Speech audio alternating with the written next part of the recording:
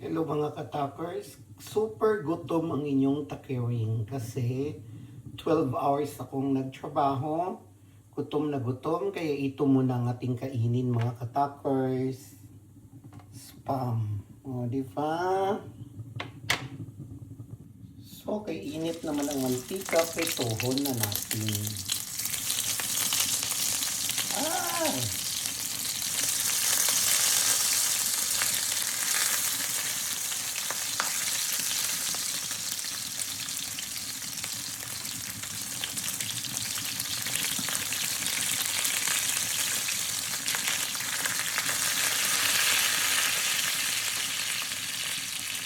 Kaya ato na siyang balihon mga katakirin.